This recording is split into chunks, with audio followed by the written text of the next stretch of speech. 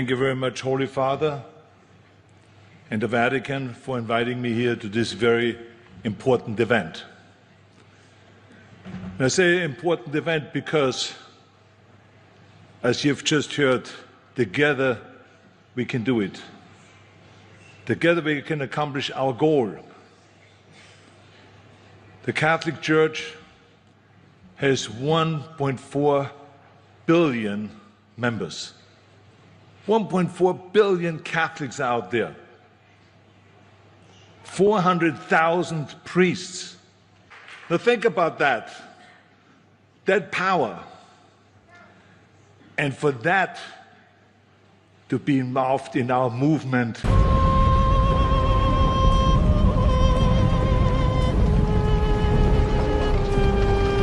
We could retake both Constantinople and Jerusalem in a single afternoon. He's not wrong. Okay, Taffy. If we gotta only go back our to being mean. Yeah, that was. We gotta go back. He to said being mean. to me, he's like, "Is this all right? Doesn't make fun of anyone." I'm like, "Yeah, you'll do." I don't know if it's my internet or yours. What? You're jumpy to me. Now you're better, I think. No, you're frozen. I don't know. I hear you fine, but you're jumpy on the screen. Is it just me? Just for me, guys? Can you guys see Rob fine? Is everything? We do have a storm right now, so that could be it.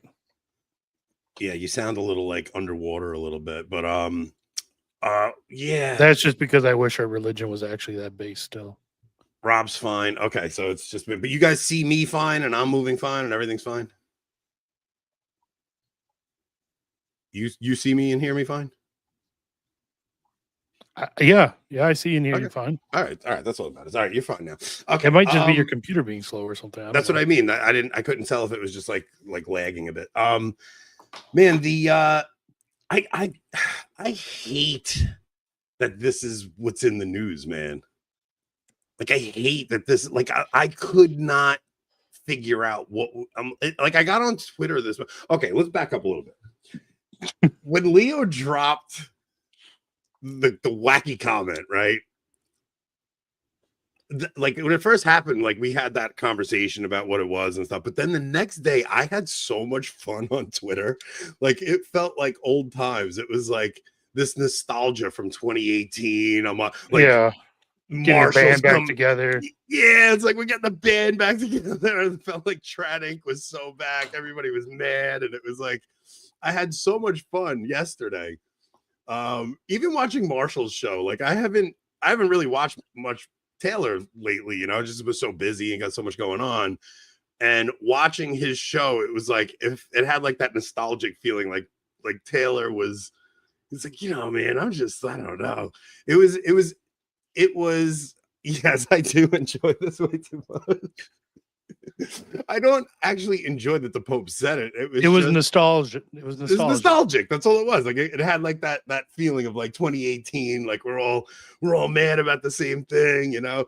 But it also then I wake up today and I'm reading everything and I see the Pope splainers come back, and I'm like, I don't know if I could do this again. Like I just don't know, especially after a few months of like. Kind of, you know, making nice with all of them again. Yeah, like relative peace, you know? It was just so like I wake up this morning and I just start seeing the Pope splaining and I'm just like, oh no, I don't think I can do this again. Like I just don't know if I have it in me to go through this again. And it was funny because yesterday, like the whole lead up was funny because like we had the show talking about Trad Inc. and the Mad Trads, and then all of a sudden this thing happens, and like it was just kind of like almost like a storyline to it where we were starting to talk about it, and then this thing happened, and then it had a story dynamic to it where it just all broke out and everything was fun. And I had a lot of fun yesterday on Twitter, and then waking up and seeing the Pope splainers today, I'm just like, okay. I don't like the term Pope splainer. They're just gaslighting. And liars.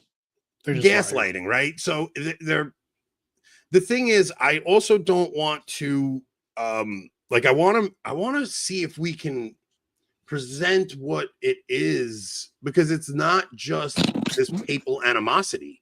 I started to think Anthony's some kind of chaos entity. I am a chaos. I like to cause chaos and then bring everybody together. It's a gift I have. No, but I spoke to Wagner. I spoke to Wagner today. I also spoke with Keith Nestor today. Like, there's got to be a way for these conversations to happen where, because you like that guy Shagbark, like that writer, and like he's interesting. He's interesting, but he put out a post about the reactionary what did he say, man? He said something like the hot take papal commentary, there was just too much money in it and these people just couldn't resist. Like, just putting ironic for someone who makes money solely off of writing and Twitter and hot takes, like that's his sole income, right? So it's like, yeah, exactly right. His hot take, liking to eat garbage, right? So it was a caricature that he had in his head of trads, and I want to try to explain, especially to Pope-splainers, something, because a lot of these guys are converts and they converted under Francis, and they don't really understand the history specifically of what Leo said and why it had so much. It was like explosive what he did, because they may have heard the term seamless garment, but if you were a Catholic during John Paul II's papacy and Benedict's papacy, there were bad actors that were in. The only ones using the term at that point were bad actors. This term, seamless garment. Okay. Now this seamless garment idea is what it sought to do was put moral questions like the church's treatment of immigrants and the death penalty on the same level of morality as abortion. And they were doing this not because it was anything, right? It was caring for the poor, anything that they could throw in as a life issue, and it was government welfare. Meant to be a vehicle for prelates and clerics to support leftist politicians. That's all it is. So it's like a way to foment revolution in your country, because you had under John Paul II. John Paul II was so clear on the abortion issue that you actually, as a Catholic, it was like, well, no, you could not vote Democrat as a faithful Catholic because of the life issue. It was like for all John Paul II's faults and the things that people criticize him for, he was a stalwart defender of life. He really was. Now, he does start the process of changing the teaching on the death penalty, right? But never at any point does he put it on the same level as abortion. Nor does he ever say it's morally inadmissible or unacceptable or anything like John that. Paul II is talking about, like, in the modern world, we have better prison systems, and it's like he had seen two totalitarian states misuse the death penalty. Yes. And look, the thing is, I always have said the best argument against the death penalty is when, like, it would be a corrupt government convicting an innocent man, right? Like, that is the only, like, legitimate argument against it, where an abuse of power could put someone to death who shouldn't have been put to death, which is, even then, that's just a prudential matter. Yeah. Right. But it's still like the best philosophical argument against it, in my opinion, right?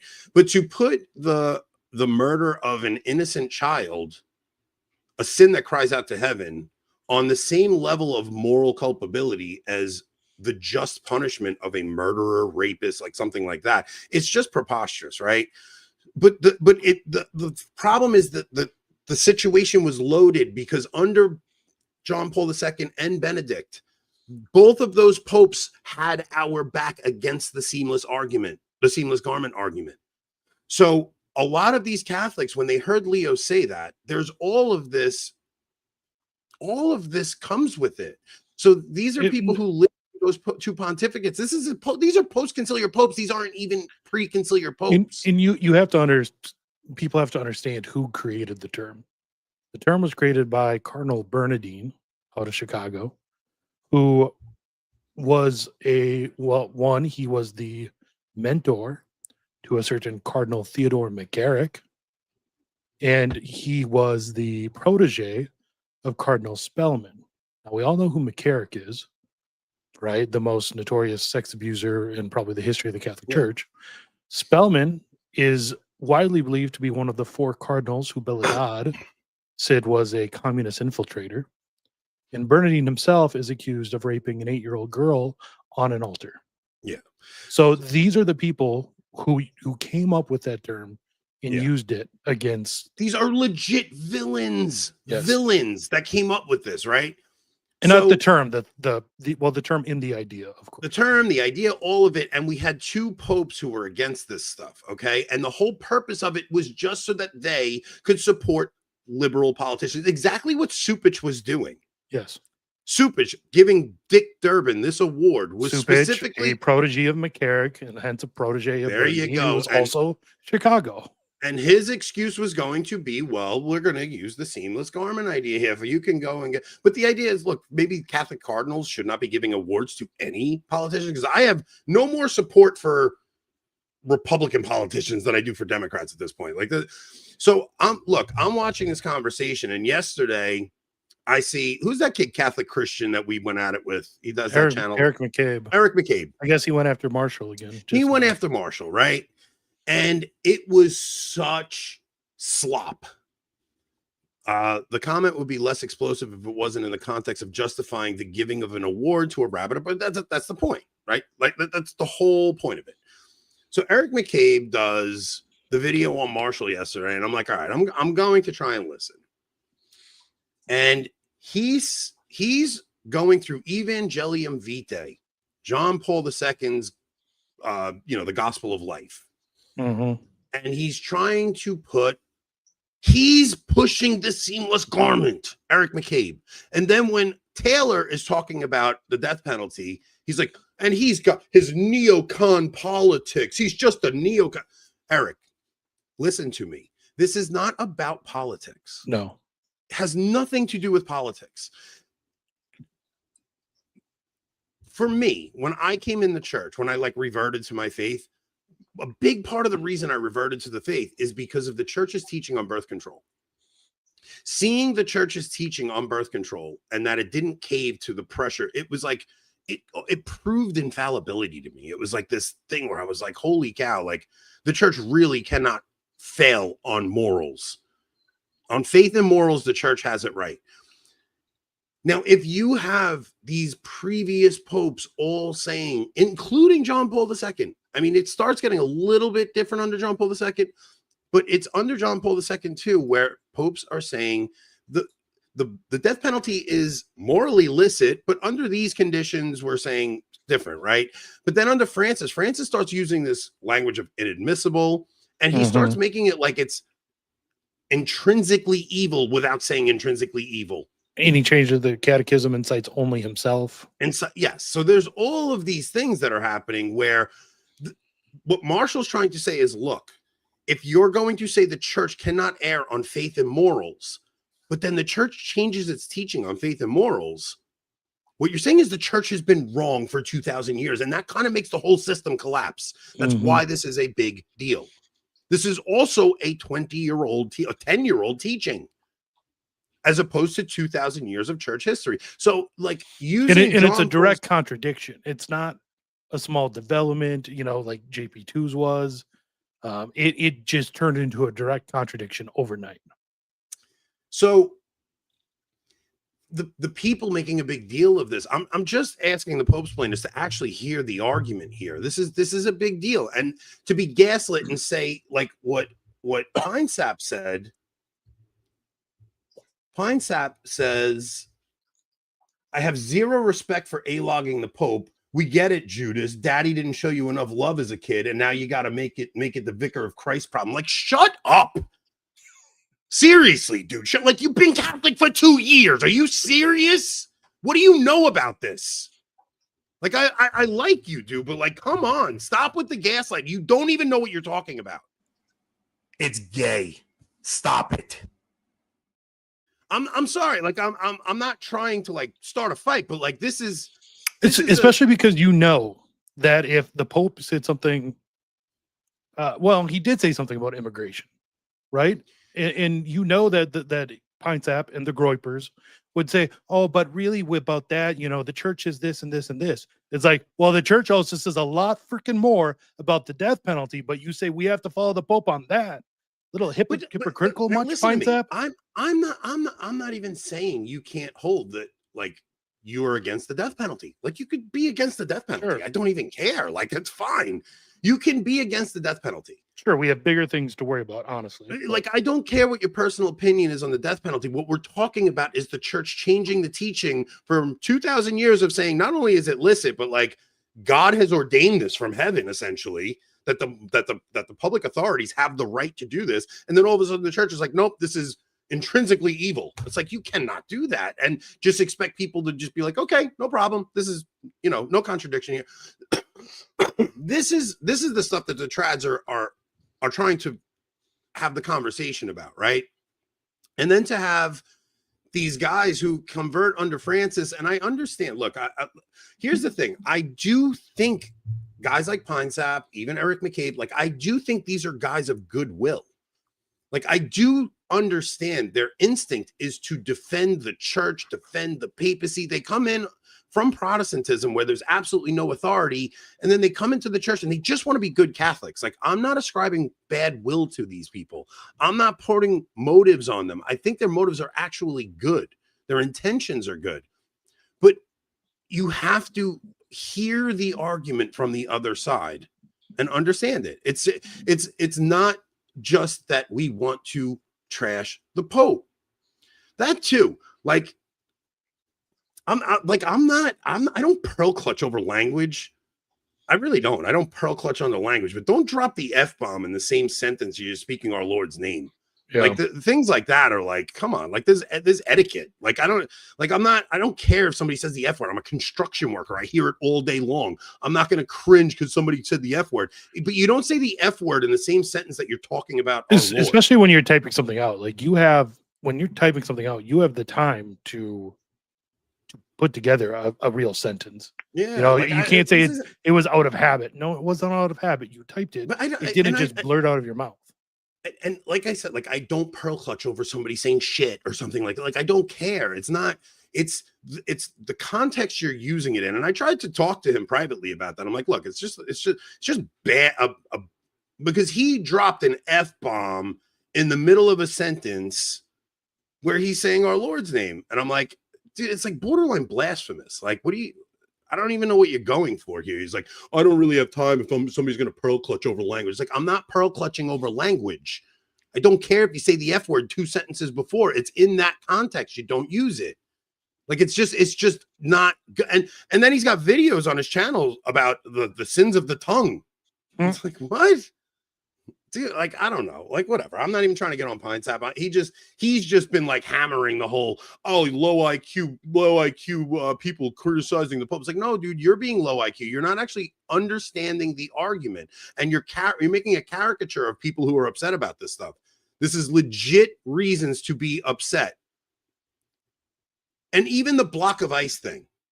No, there's nothing intrinsically wrong about the Pope blessing a block of ice. We have popes bless cattle, and we have like we go in and we bring all our stuff, and the candles get blessed, and holy chalk gets blessed. Generally, though, when immaterial objects when material objects are blessed, there are things that are going to be used. Generally speaking, you don't just bless something to bless it. Usually, but yeah, I mean the ice, whatever. But I don't care about the blessing of it. It's the optics of it. It's like you have the Pope along with the UN, you have Arnold Schwarzenegger waving this. It's just gay and cringe. Yeah. And I have news for you. Like you guys think we're the ones talking about this, that we're preventing people from coming in the church. No, that is what's preventing people from coming. I know a list of Protestants who are interested in Catholicism, and when they see garbage like that, they're like, I'm not coming into this liberal cesspool. It's insane. So I don't know what the right approach is. I don't want to do the hot take of the Pope stuff. I really don't. Tonight isn't really even about the Pope. It's more about the conversation that Catholics are having. Like I'm watching how the conversation is going, and these are guys that I like. These are guys that I genuinely like, and I'm like, how are we going to ever form any kind of like a coherent movement if everybody's just talking past each other? They won't sit and listen. They won't actually try to understand the argument coming from the other side. Like nothing is going, we're never going to build momentum for anything because we're just crapping on each other. Every one of us, we're all doing it. I'm guilty of it too. I just did it in the beginning of this episode. I genuinely, I don't dislike Pine Sap. I don't dislike Eric McCabe. I like those guys. I'm always open to having a conversation with them. So wait, I want to see what Catholic Esquire just said.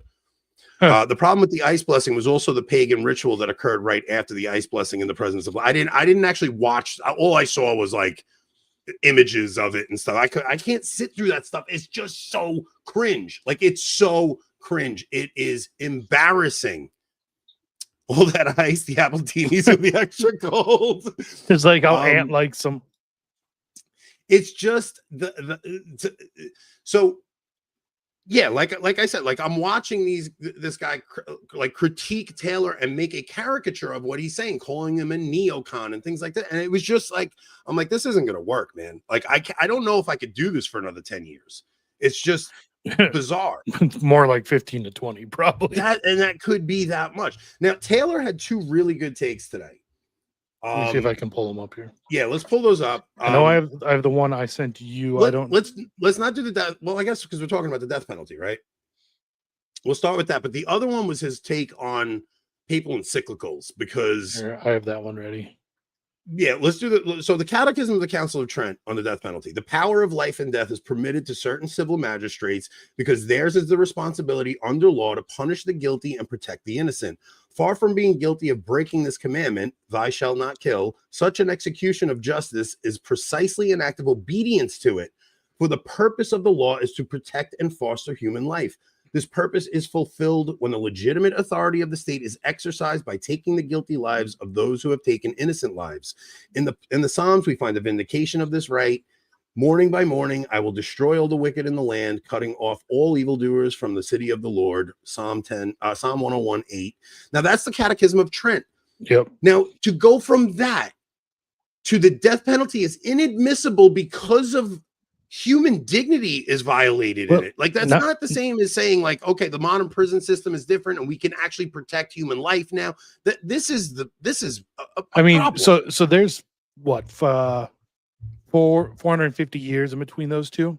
Here is something from Pius the 12th, I think in 1953. So this is 70 years ago. Even when it is a question of the execution of a man condemned to death, the state does not dispose of the individual's right to live.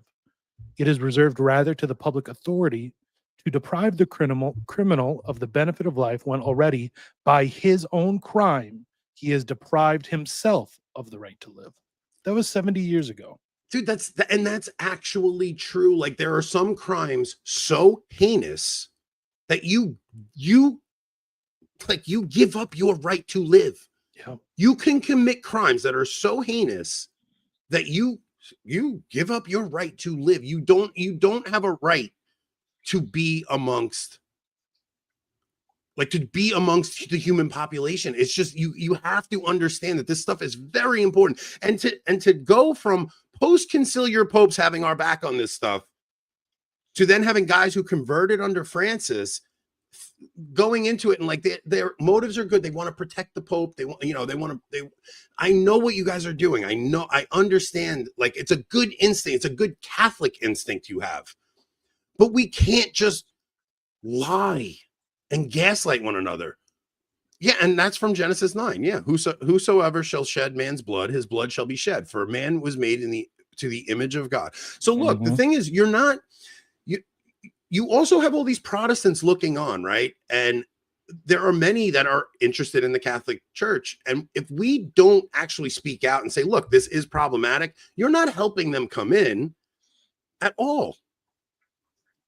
It's not helpful. It's really not. So I understand, like, the conversation around, okay, what should our approach be? Like how should we handle this? Do we want to take the same tactics we did under Francis? Maybe we should come up with a new approach to things. I understand that. But to just pretend like the ice blessing was no big deal, I'm sorry, guys, you're so wrong on that. That is such boomer cringe nonsense. So Taylor's other take was this. I have it here. Modern popes spent years writing encyclicals on a minutia that almost nobody reads. Then they perform on-screen gaffes that instantly influence millions of people. They don't yet understand how viral influence works. We can soberly discuss doctrine and ecclesial governance, but meanwhile, a tidal wave of Protestants, Orthodox, and Catholics are crashing out against the papacy, all based on 48 hours of awkward viral Pope Leo content. The past 48 hours have been such a public relations disaster. Like just especially from the Pope coming in and saying, I want to be the Pope who kind of brings peace to the situation. I don't want to continue the polarization. It's like, look, you guys are throwing me off the tweets on screen, the comments on screen. I just lost my whole train of thought. I'm so bad. The last 48 hours. The last 48 hours was such a public relations disaster that I had like a real thought I was going with there. And I just got totally thrown off. Well, you think we could talk about our sponsor because we forgot to do that so far. We'll do that in a second. I want to wrap up these thoughts on this. It's just like you have everything from this cringe. Environmentalism. That's what I was going to say. Like, so you also have these guys who are like, the Catholic Church is for the environment and stuff. And it's like, yes, like the Catholic Church has always I've been up since 4 a.m. The Catholic Church has always been for caring for creation, right? It's like God gave us the gift of creation. We are supposed to be you're supposed to conserve your local environment. You don't want to litter. You don't want to treat your environment like trash. But to conflate that with climate change and green, like all these green bills that they're passing, like all of that stuff is leftist infiltration. And for you guys to run cover for that, you're running cover for revolution in the world. There's been a ton of studies done that show that the whole green movement is really directly related to the communists. Like when you talk about a green movement, you're really talking about like the Red Soviets, more or less. So, I mean, for the Catholic Church to go from fighting communism so hard in the 50s and stuff to now more or less being a big proponent of communist movements is ridiculous. And look, this is they're getting swept up in this because they're saying, oh, like care for the planet. You know, this is all good stuff. We want to take these initiatives for clean energy and things like that. And it sounds real good. But you all know what's coming with that. What's coming with that is like digital ID. What's coming with that is carbon taxes, things like that. These are all leftist revolutionary things to have like dictatorship over your life. So for us to just make it like, oh, this is just the Catholic Church being in favor of the environment, I'm fine with the church speaking out about caring for the planet Earth. I'm fine with that. I'm fine with us talking about not, pumping toxic chemicals into the environment or polluting our waterways, things like that. Those are all good things. But this climate hysteria stuff is not that. And it's very dangerous. My Protestant friend I've been working on has changed his mind about the church on a lot, but he said, but he sent me the Pope's video of this. These things from popes have been a constant block convert friends, family, like constant block for convert friends and family. Look, I spoke with Keith Nestor today, and he was like, look, he's never going to speak publicly about the Pope. Like, he's just never going to be that guy. Mike Pantile, same thing. These guys are never, but they're heartbroken because like we all were hoping against hope that Leo would just chill out with this stuff, like just chill out a little bit with this nonsense. But so that's why I like all of this kind of pent up energy came out in the last 48 hours. And yeah, it looked like it was like this hostility towards the Pope and stuff. But I don't like when people ascribe these motives to trads as if they have like evil intentions against the Pope and they want to undermine the church. Or it's just heartbreaking for a lot of people. It's heartbreaking, especially when you're dealing with post-conciliar popes. It's not like these are even trads. You're talking about conservative, just Novus Ordo Catholics that are feeling this way. It's the same reason when I talked about the trad movement, like the trad movement under Francis was a lot more than trads, a lot more. It was conservative Catholics, because Francis was taking hits at everybody, calling everybody that liked to kneel for communion rigid and backwardist, and calling us coprophagiacs and things like that. And it kind of made like a lot of people who normally wouldn't be in the same group come together. And that seemed to be dissipating. And I was like, I don't know what's going to happen with the trad movement under Leo. And so the first day of this, I was kind of like, oh, look, everybody's getting back together. Everybody's, we're fighting the same enemy, which isn't the Pope. It's leftist ideology. It's modernism. It's modernism. Like, that's what the enemy is. The enemy is not the Pope. The enemy is these leftists who have infiltrated the hierarchy, and they're just pushing this stuff that we all know is wrong.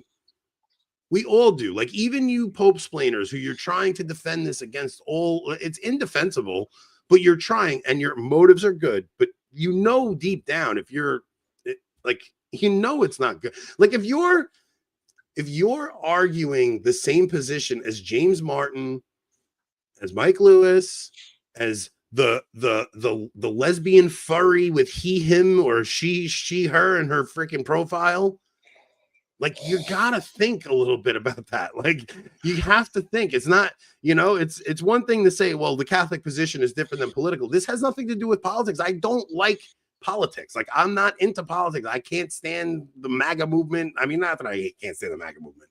I just think Trump is not what they want him to be. I just don't care about politics. This isn't about politics. I'm not for the death penalty because I'm a Republican. I don't care about that stuff. I'm for the death penalty because that is what the church has always taught. I'm for the death penalty because I care about the taking of innocent life. Mm-hmm. That's why I'm for the death penalty. And I honestly don't. It's not like I'm. I do think there are plenty of punishments that can be dealt out that don't have to go to the extreme of death penalty. But it is for the inconsistency in the church teaching. Like, if you're going to flip a teaching like that, what you're saying is the church can err on faith and morals. And that is the whole premise of papal infallibility. Everybody's acting like if we criticize the Pope, we're saying he's infallible. Well, I mean, we're saying infallible. No, the Pope can err on faith and morals when it's not a speaking ex cathedra. Right. But the church can't. Right, which is why the universal ordinary magisterium of the church teaches that the death penalty is listed. So it's not, I'm just, I think the conversation needs to be had a little bit differently this time. I don't want it to be gaslight Pope splainers against conservative Catholics, and then conservative Catholics fighting with the trads, and then the trads have their own civil war going on right now. Yeah. I don't know what we're going to do here. I'm tired of the tribalism. I want to build some kind of a movement here. I want to get people to sit down and have a conversation, because they're all people that I think are valuable in their own way. They all have something to offer. And I think everybody is going to, you go back to the solidarity principle of John Paul II. That's how he brought down communism, right? In a way. Kind of brought it down. I think we're starting to see that we didn't bring it down. We brought down the Berlin Wall. It realized that its best chance at winning was to we're not gonna go there. Yeah. But I mean that's what's the trad civil war? Part of it was hold on. Part of it was Murray and Salmons going after each other. Well, look, man. By the way, I'm Team Murray on that one. Yeah, I don't know what's up with Salmons lately. Salmons running Crisis Magazine. He doesn't want to talk about the crisis. I don't know what's going on. Salmons is probably too busy worrying about what his other magazine is talking about. 1 Peter 5. What is going on? Oh my goodness. That's our locals conversation time. We got to talk about Tim Flanders. I don't know what's going on with this guy. I don't know what's happening with Tim Flanders. I don't know. I don't get it. I think October 7th is coming up fast. Tim Flanders. So look now, but you have that whole thing that we just talked about, and then you have Dr. Kwasniewski on Matt Frad today. It's like this contrast of everything going on. So that was the first, besides a couple homilies I've watched from Father Altier over the last couple of days, that was the first Catholic content besides our own that I've watched in a year or more. I watched like the whole 4 hours too. I did too, and it was good. Yeah, it was really good. There's one clip. What amazed me most is at the end of that 4 hours, Kwasniewski looked like he was just getting in his groove. Like he was ready to go for another 6. So I'm pretty sure the conversation was like 6 hours long, and it's going to be 2 parts. Really? There's another part coming out next Wednesday, I believe. Oh wow. So unless he edited it down and crammed it all into one, but that, from what I understand, it's a 6-hour conversation, and the other 2 hours comes out next week. Sweet. There was one clip that's relevant to this conversation that I kind of want to play. It's the one I wrote. Matt asked about discourse between trads and normies. Yep. So it's a quick 1.5-minute conversation, but it's kind of relevant to what we're talking about right now. Church, mass, Novus normies like me, I suppose. And I don't think it's unfounded, is that there seems like there's this perpetual cynicism against whatever the church today is saying, a sort of resistance against any initiative that's being led by some apostolate. Mm-hmm. So it's like we can't celebrate anything, you know? So, hey, Bible in a year, how great is that? That's the number one podcast. Modernism. I don't. Yeah. Let me finish because I want to go on a bit of a bender here. Or Faustina. I've heard people say, well, that devotion's satanic. Or John Paul II's theology of the body. Now, it's one thing to have legitimate criticisms about it, but it's another thing, again, to call it satanic. And I just think it can't be healthy to live in this perpetual state of elbows up against the mother who's supposed to be teaching you. Now, maybe there's good reasons that you have to be on guard, given what you've just laid out. But I think Novus Ordo Catholics, I don't mean to use that in a disparaging way or any way, but just those who attend the Novus Ordo Mass, for better or worse, don't live in that position. They live in a sort of openness to the church, and maybe that gets abused. But I think there's a sort of state of like peace that Novus Ordo Catholics have that sometimes we don't encounter. And I understand that can be a caricature and a straw man of the average Latin Mass going Catholic. But sometimes online, you'll see people who are very angry continually, and you think, okay, I look at other Latin Mass Catholics, like Therese of Lisieux. She didn't have to keep going on about this. Whenever I encounter a Latin Mass Catholic who I love and learn from, it feels like we're always talking about liturgy. What do you think about that? What part of it?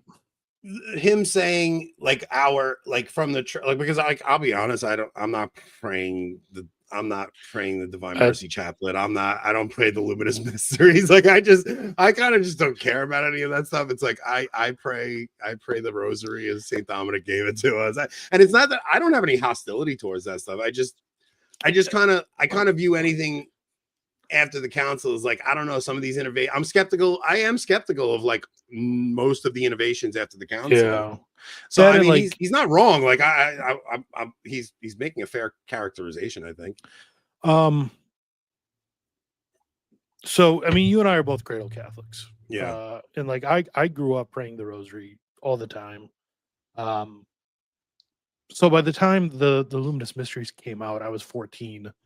I've been praying the rosary pretty regularly for 8 years already at that point. And like, you know, and I often prayed it with my grandparents who have been praying it since they were kids in the 20s and 30s. So when all that came out, I was just like, yeah, you know, like from my memory, no one cared.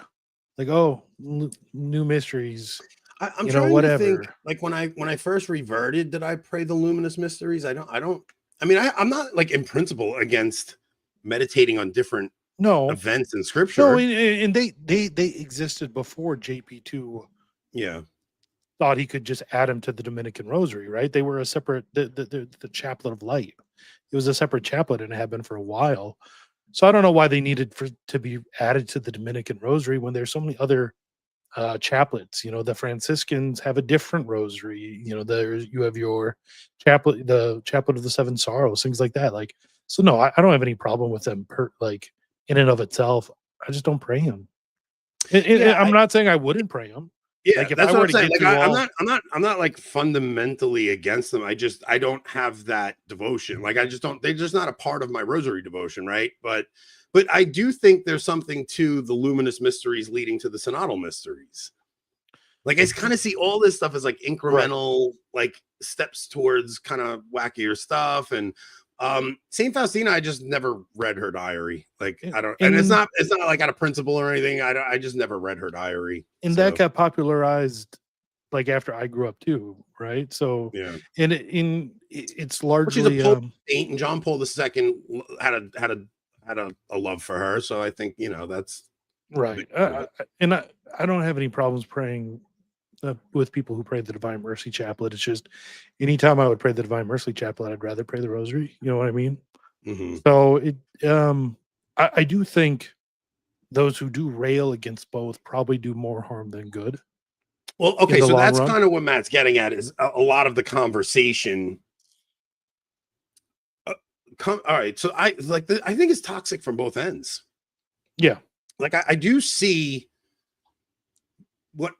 so earlier in the interview, Kwasniewski says, look, the problem with Novus Ordo trad discourse is most trads spent most of their life in the Novus Ordo and then discover tradition. And so then we know both. So like, you know, both, but like you come to tradition, you have this feeling like I have been robbed. And then you kind of get radicalized by the tradition. And you're like, you have this militancy about it because you're like, how did they take this from me? Right. So that translates into your conversations online. And then people that go to the Novus Ordo interpret your militancy as judgment. And they feel like you're saying the Novus, if you attend the Novus Ordo, you're less Catholic than me or something, or you're not as good of a Catholic as me. When the truth is, like, you probably just don't have access to the Latin Mass. And if you did, you'd probably fall in love with it, because most of the like good Novus Ordo Catholics I know would love it if their Novus Ordo was more traditional and there was Gregorian chant and there was kneeling for communion and there was no altar girls and there was no, you know, women reading at the lector and women lectors and things like you would all of you would love all of those things, and all of those things are just inherent in the Latin Mass. So I don't know why you guys wouldn't just love, like, you just would love it if you go to it. So, but it's not like it's not like it's your fault that the hierarchy enacted this other liturgy. Right.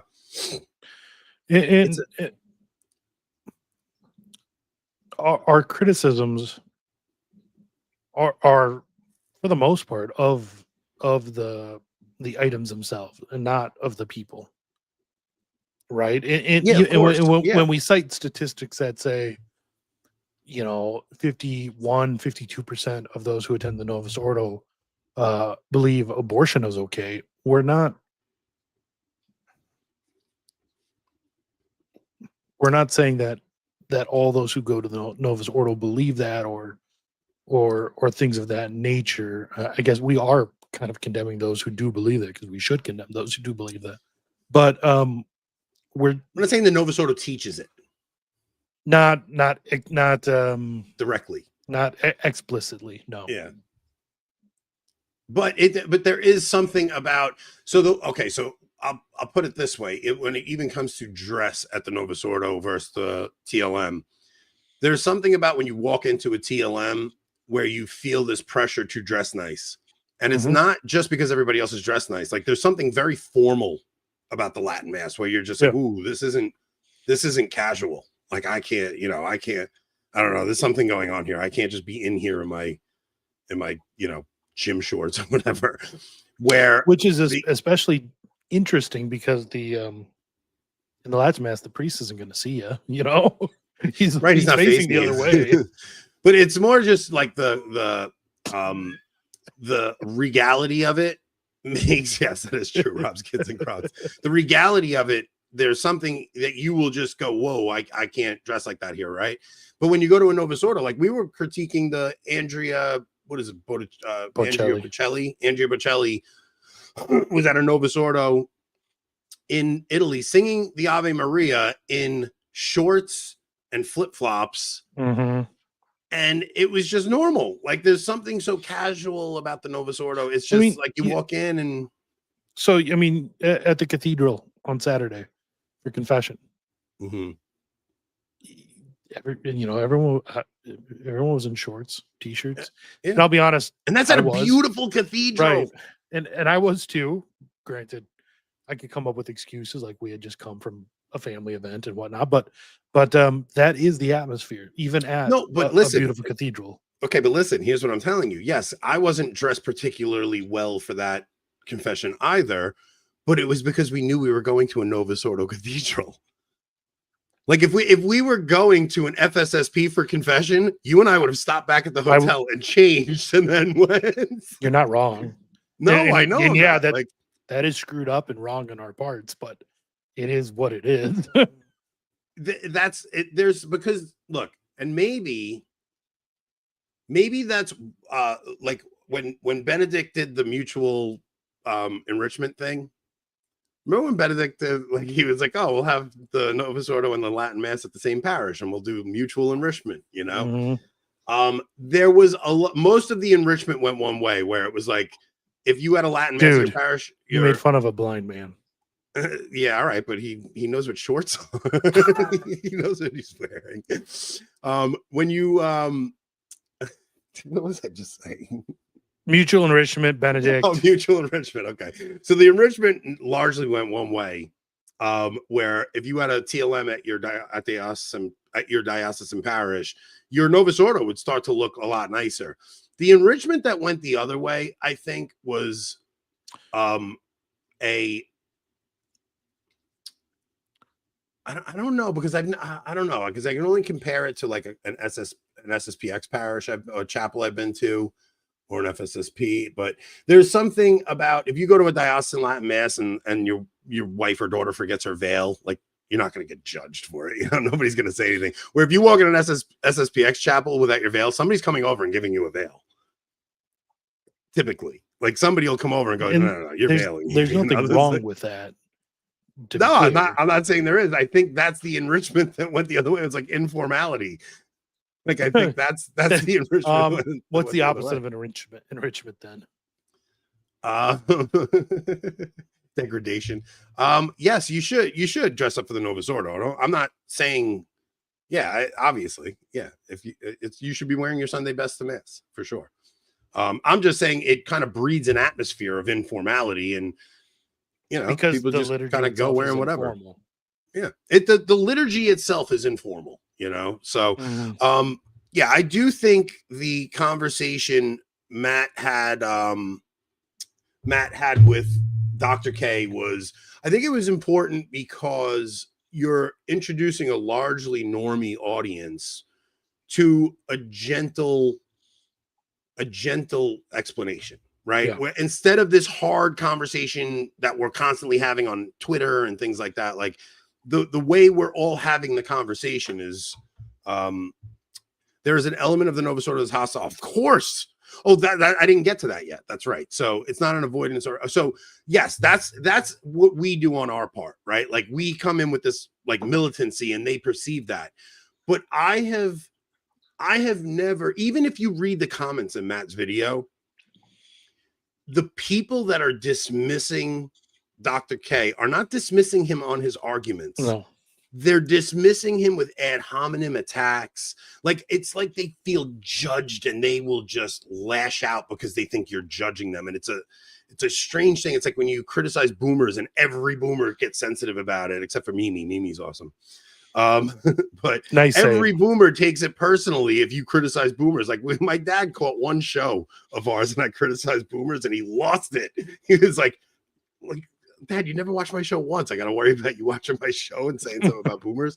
It's this and it's that might be who's late like throwing those those comments in Matt's chat too. It might be a lot of boomers taking offense like that too, but I've noticed it from all corners, right? And this moniker of rad trad, for anybody that even had the slightest criticism of what happened in the past 48 hours with Leo, the label of rad trad gets thrown at them like there's some lunatic. How dare you criticize the Pope? It's like, guys, this is nuts what we're watching. I mean, how do you not criticize it? It's I don't know. I feel like defending it is preposterous to me. And that was always, I just don't want to do this for another 15 years, man. I don't want to talk about this stuff. I've been like, and you could ask my that reads like a Father Taylor Marshall SJ tweet. Yeah. Father Marshall SJ. You might have to bring him back for this pontificate. I don't know. I've just been really sad over the last like day and a half. No, day one, I was having a blast. Like day one, I was even having fun with like Christopher Hale. Like, because Christopher Hale was like gloating beyond belief. I'm like, you must be in your glory right now. We block Grover. No Orthodox watching the show. Yeah, he's Eastern quote Orthodox. We won't let him in here. The gloating was almost funny. Like he was just like in his glory. He's like, yes, we have a pope who's a liberal. Like, and you got to give those guys their due. Like, go ahead, have your laughs, gloat away. Is what it is. Hey, at least we know where Peter is. We'll get to survive for a few more years, right? Yes, I mean it's just I don't know, and I don't know what everybody's approach is going to be. Okay, so even watching the different groups do the criticism thing, I'm seeing people try to like. Some people are balancing what they're saying. Other people are like, I told you guys, I told you this was coming. And the thing is, I actually enjoy.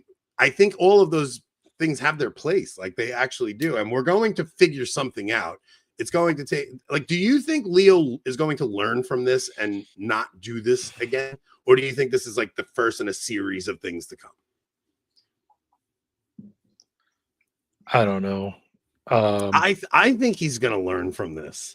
I do. I think the past 48 hours. I don't care. It depends who he really is. If he's the conciliatory, I just want to make peace with all sides, then he'll learn not how to avoid these optics. I mean, I think we've learned he's definitely no trad or even conservative.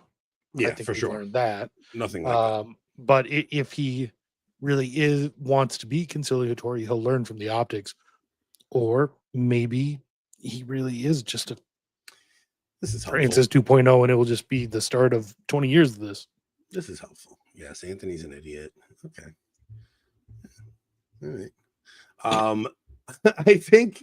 I think he'll learn from this. I think he could have handled the conversation with the reporter and just said, look, I'm not comfortable throwing a off the fly comment on this situation. We're talking about things behind the scenes. That's all I'm going to say for now. Like, there's something like that, and, he could still kind of, I'm not going to say fix it, but he could smooth things over by coming out and make a clarifying statement. Like, obviously, we now know he believes the death penalty is, I don't know if I want to say immoral, right? But he's against the death penalty. We know that for sure now. And we really knew it before anyways. But he could come on and say something like, my statement in no way meant to equate the execution of a murderer with, 60 million children being aborted. Yeah. That would smooth things over. This is also a very good point, right? So what's happening in Charlotte, the people that are like hoping something's going to come and we're going to get our breadcrumbs of the Latin Mass, it's not happening. Like, it's not happening. I mean, if the bishops request permission, they'll get it. But if you don't request permission, I just think he's going to say nothing on it. Like, I can't imagine the Bishop of Charlotte made that decision after backing off in June and going, we're going to wait to hear from Rome. So you think TC continues, but with less direct persecution from Rome itself? I think the document, you won't have Roche going after diocese, but they're not going to stop a bishop from shutting it down in his own diocese. They won't stop a bishop from shutting it down, and they won't stop a bishop from continuing it. Right. They'll give the extensions when they're asked, or if a bishop wants to shut it down. But you also had that outgoing bishop out of LA who was going to Texas, Monterey, and on his way out, he destroys the TLM. And then on his way in, he shuts down one in Austin. And shuts the one down in Austin. It's like these guys are doing what they're allowed to do. I've been listening to a lot of Father Chad Ripperger's teachings on YouTube, and I think he'd make a great pope. Yeah, so do we all. He would be so pissed if he was made pope. Yeah, he wouldn't want that. I still think Maudsley would be the best pope. Maudsley would be the only pope that could actually fix everything. But yeah, all right, we're gonna wrap this up. I don't know. I hope the gaslighters chill out, because this stuff is I like having a guest on AB, but it's great listening to Ant and Rob discussing. Thank you, Vince. Appreciate you. He shut it down in Austin and at Texas A&M. Mm-hmm. Yeah, guys, I don't know. I think the revolution continues. The revolution continues. It's not going to stop. No, it is. But I think we do still need to figure out a good game plan. Like, I don't think. Look, like Rob, you said this last episode. You were like, okay, so like, do we do what we did under Francis? Because what we did under Francis just led to a doubling down, right? Mm-hmm. It was like, it didn't work. That strategy didn't work under Francis. So why would it work under Leo? I'm not saying grovel. I think it might actually work under Leo, to be honest. Well, let's see if he is kind of squishy and wants to make peace, then the louder we are, then the more he might be conciliatory towards us. I don't know. I'm not saying that's the right. Yeah, it's up in the air. We'll see. But what? All right, we're gonna go. It's just don't you dare say that. Is that a joke, or are you serious? Is that a joke? Because that's the one. That's my joke. People did y'all see my comments today on papal maxing? Agree or disagree? I didn't see that. No, I did think that your point about social media and just what can be done with simple imagery and memes is very important now. Like, you have way more of an effect what you do in a 2-minute video soundbite or clip than you ever will in a aura maxing. Yeah, you'll have way more of an impact with. You see what the last 48 hours did, right? There's way more impact from that than you'll ever have from an encyclical. Mm-hmm. The encyclicals are for nerds. Like, we nerd out on that stuff. If there's something, we're gonna the first encyclical is gonna be on the poor and the care for the poor. I think it was started by Francis, and it's kind of like the first Francis encyclical was half written by Benedict and half written by Francis. So that's like the only one that sounds pretty decent, where like Benedict is talking about evangelizing, and he's like, before you preach Jesus Christ, you should get to know the person first and stuff. It's a decent encyclical, but only the first half, because that's what Benedict wrote. Whereas we'll see what happens with this one. Maybe the second half will be the better half, We'll see. I didn't hear an update on that St. Rocco's thing. St. Rocco's definitely getting a somber down. I don't know who's telling me the truth here. Shut down. I don't know if they're telling me the truth here. I do not know. I'll have to ask. That's one you go to for the most. That's Kevin James's parish. It's my parish. Kevin James's parish. Yeah, that's an important parish in our diocese. All right, so we're gonna head over to locals. We're doing a short local show tonight, but I want to talk about 1 Peter 5 and Tim Flanders. I don't. Boondock says he was just kidding. Okay, thank God. No, seriously, thank God. Wait, Kevin James is Catholic? All right, we get it, guys. Wait. Paul Blart? Yeah, all right, we get it. I can't do this joke again. All right, we're gonna head over to locals. If you guys can, please hit like, subscribe, share the show, help us spread. Can we talk about our sponsor before we go over to locals real quick? Oh, yes. We're so terrible at this. I'm so terrible sorry, about this. Jason and you guys over there. Okay. Do you want? I'm going to read the actual script they gave us. Yeah, let's read the script. Let's hear it. Let me just put on the banner here. Okay. So, yeah, this sucks, guys. It wasn't me and Ant. You know what you got to do? We got to give this to Taffy. You got to give this to Taffy and let Taffy come up with a commercial for them. Yeah. Okay, so I'm going to read one of the scripts word for word. The moral pillars of our society have rotten away, chewed up by the termites of abortion, divorce, transgender. How can I read this script if it's going to get our video canceled, guys?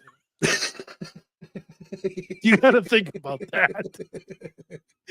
Requisite. Chewed up by the termites of abortion, divorce, transgenderism, and every kind of cultural disease. If we hope to rebuild anything from this barbarism, that just makes me think of Anthony Savage's comments from like 3 years ago. We need to keep Christ at the center of our efforts. At Requisite Sellers, they want to draw more attention to the glorious feast of Christ the King. So they are hosting a sale for the entire month of October. You can get 20% off all their red wines with code Rex Chalorum. Go to requisitesellers.com. Wait. Stop. I can't get over. Yeah, this ad is definitely getting us a strike. I can't get over the promo code they chose. They asked. They're like, should we make How is that their promo code? Rex Calorum? Who can spell First that? off, Come on. It's Chalorum. Do you not know how to pronounce Rex Chalorum. Who can spell that? I can't. Well, that's why I'm going to tell everyone how to spell it. You go to requisitesellers.com. That's RECUSANT sellers.com and use code Rex Chalorum, REXCAELORUM for 20% off. You know what they should make they should make the promo code the St. Michael prayer in Latin. The whole thing. The entire St. Michael prayer in Latin should be their promo code. No, guys, listen. Stop with their ad. Listen, here's the thing. We love Requisite Sellers. They are our half a bottle tonight. Yeah, they are the best sponsor ever. They never tell us what we can and can't talk about. They're a family-owned winery, and they sell fruit. They sell a bunch of stuff. If you guys like us and you want to support our show, support them because we would love to keep them as a sponsor. I would just go support Requisite. They're an awesome Catholic family. They're selling some really good stuff. Their ads stink, but their wine is great. So first off, Paul, THEIR, bud. Yes, he got it. He caught his typo. We will work on the ad with Requisite, and we'll make Rob mispronounce it every time. But all right, thank you guys. We're gonna head over to the other side. Thank you for sticking around, especially for that ad read. But seriously, please buy wine using that code, guys. For us, yeah, please. We'll try to see if we can get a shorter promo code. My goodness. Yeah. Wait. Promo code. Quicquamque Vault. All right. We'll see you guys on the other side. Okay. Come join us on Locals. Bye.